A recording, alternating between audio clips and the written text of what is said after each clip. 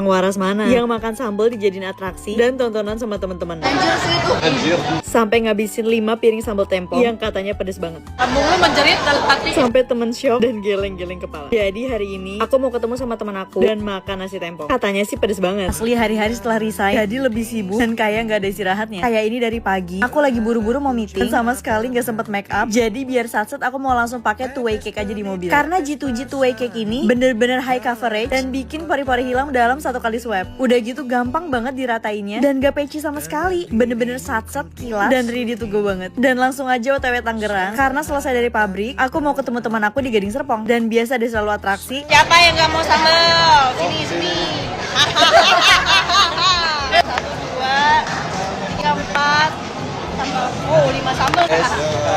Nah, ini buat aku lagi, guys. Total 6 sambal tempong dikasihin ke aku semua. By the way, ini di warung sambal Damas. Temen aku bener-bener shock lihat aku nuang sambal banyak banget. Nah, katanya sambal tempong ini tuh pedes banget. Aku gak pernah sakit perut makan cabai itu. Lambung lu menjerit dalam hati. Dua ini semua teman aku gak ada yang bisa pedes. Jadi semua sambalnya buat aku. Untung banget dikelilingin sama orang-orang yang gak bisa pedes. Jadi selalu banjir sambal. Guys, marahin si Amel sambalnya kebanyakan nanti sakit perut. Sampai yang heboh temen sendiri. Padahal menurut aku sambal tempong ini gak pedes sama sekali malah. Ya udah kayak sambal tempong biasa, tapi rawitnya gak dominan kok. Tapi menurut teman aku, sambal tempong di sini tuh udah pedes banget. Temen gak pedes. Anjir, dadar. Gila.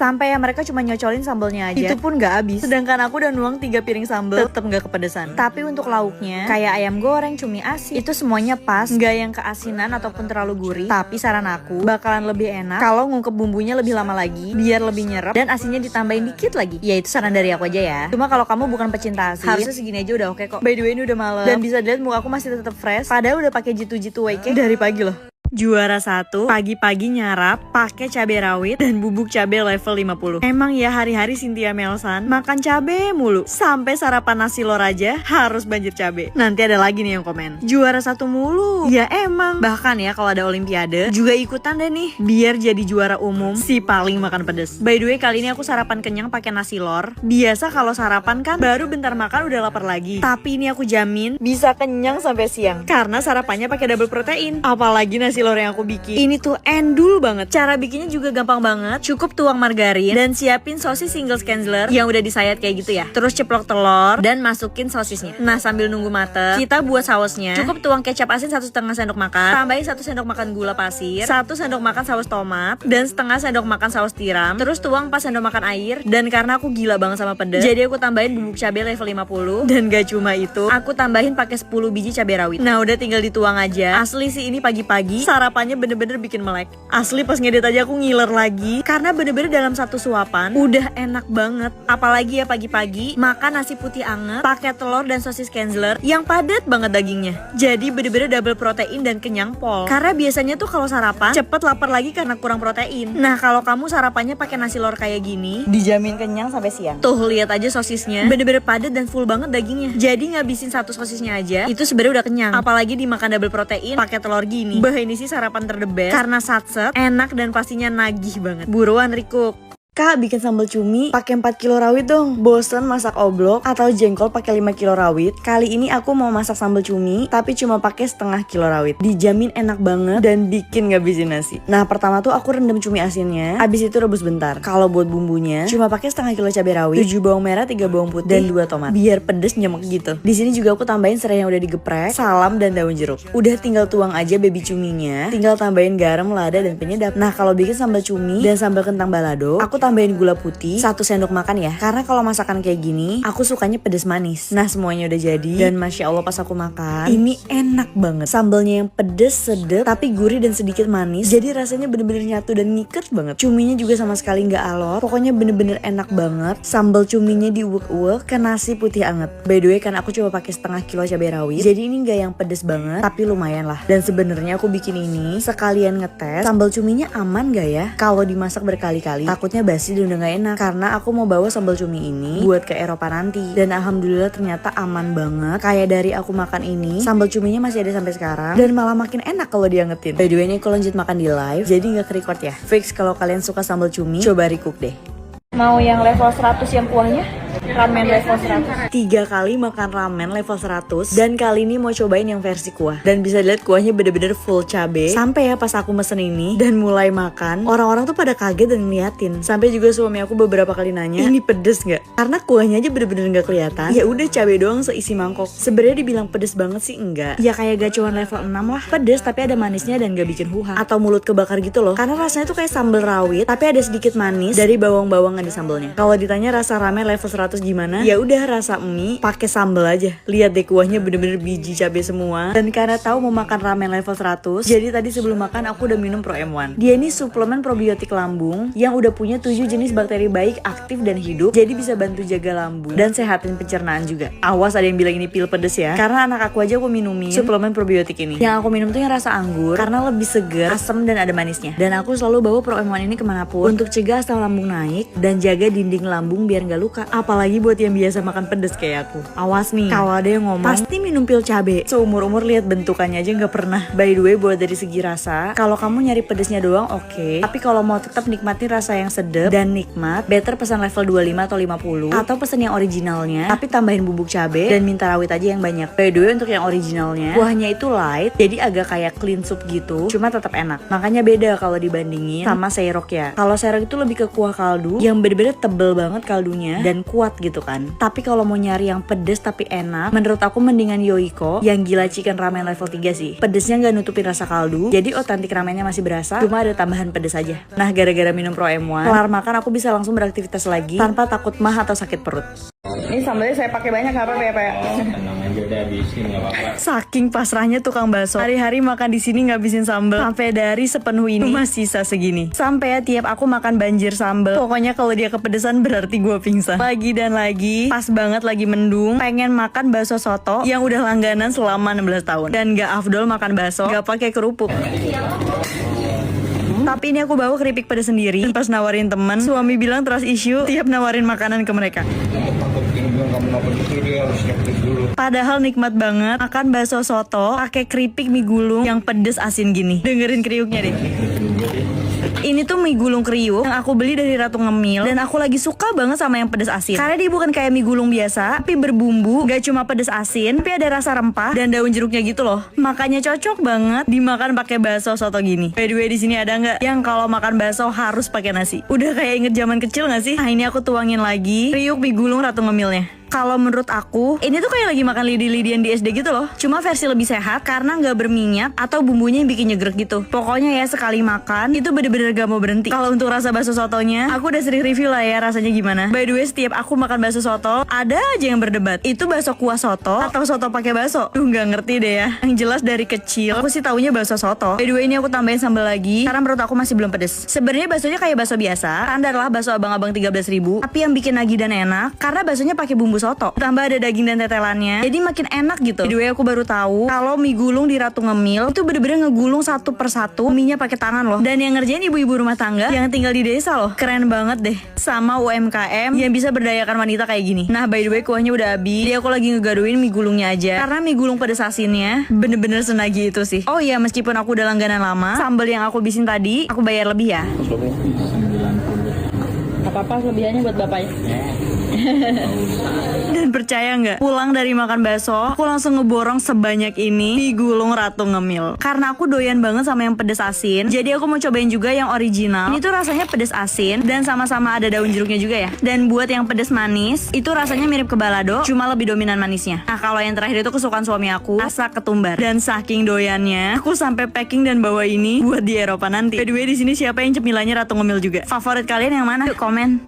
Bisa nggak masaknya sewajarnya manusia aja? Masak berkilo-kilo cabai terus, suami dan anaknya makan apa? Oke, aku bakal tunjukin makanan gak pedes dan sewajarnya buat aku. Gak cuma goreng garam, tapi ini salah satu makanan yang selalu almarhum mama aku masak saat kecil. Tumis jamur tahu udang. Dan ini juga jadi salah satu masakan pertama aku di awal nikah. Karena bikinnya gampang banget, cuma tinggal tumis bawang merah, bawang putih, dan tomat aja. Udah tinggal masukin jamur, udang, dan tahunya. Dan karena suami sama anak aku sama sekali gak bisa pedes, jadi ini bener-bener pakai 0 biji rawit ya. Nah, kalau versi aku, itu sama bumbu tumisannya sambelnya. Cuman aku pakai 40 biji rawit, dan ini sewajar atau senormalnya aku makan ya. Bukan yang pedas ekstrim, ya makanan orang normal lah. Kalau punya aku, nggak aku pakein saus tiram atau soy sauce lagi, karena gini aja udah sedep banget. Asli, percaya nggak sih? Dulu waktu almarhum mama kenalin makanan ini, aku sampai minta almarhum mama masakin ini tiap hari, saking enaknya. Karena dulu itu aku nggak suka sayur, jadi almarhum mama ngakalin biar aku tetap bisa makan sayur. Makanya dibikin lah tumis jamur udang tahu ini. Jadi dalam satu masakan udah lengkap, ada protein hewani, protein nabati, dan juga sayur. Dan asli ini makanan comfort food yang paling sedep dan paling enak. Terus nagih gitu loh. Tahu kan rasa bumbu tumisan yang gurih, berminyak dan asin. Ditambah aku pakai 40 biji rawit yang cabenya aku geletukin. Jadi nambah sedepnya gitu. By the way, kalau makan udang, aku nggak pernah kupas kulit atau rambut-rambutnya, karena kalau dimasak kayak gini, bumbunya tuh bener-bener nyerap ke kulit udangnya, dan itu yang bikin sedep banget. Asli, kalian harus percaya, sekali seumur hidup harus cobain resep ini, karena tanpa cabai sama sekali pun bener-bener enak banget. Sampai ya ini jadi makanan favorit suami aku sampai sekarang. Makanya dia seneng banget kalau aku bikin ini, karena emang rasanya seenak itu. Walaupun kelihatannya simple, tapi percaya ini tetap nagih banget dan bikin ngabisin nasi semejikom. Karena sebenarnya abis makan ini, aku tuh nambah nasi lagi, tapi lanjut makannya di live. Karena kan banyak banget tuh yang komen, ini orang makannya dikunyah gak sih? Makanya aku selalu mukbang sambil live, biar kalian bisa lihat langsung. Walaupun ada aja yang komen, dibilang makan rawit udah kayak makan gula. Pokoknya kalian wajib request resep ini ya, karena enak banget.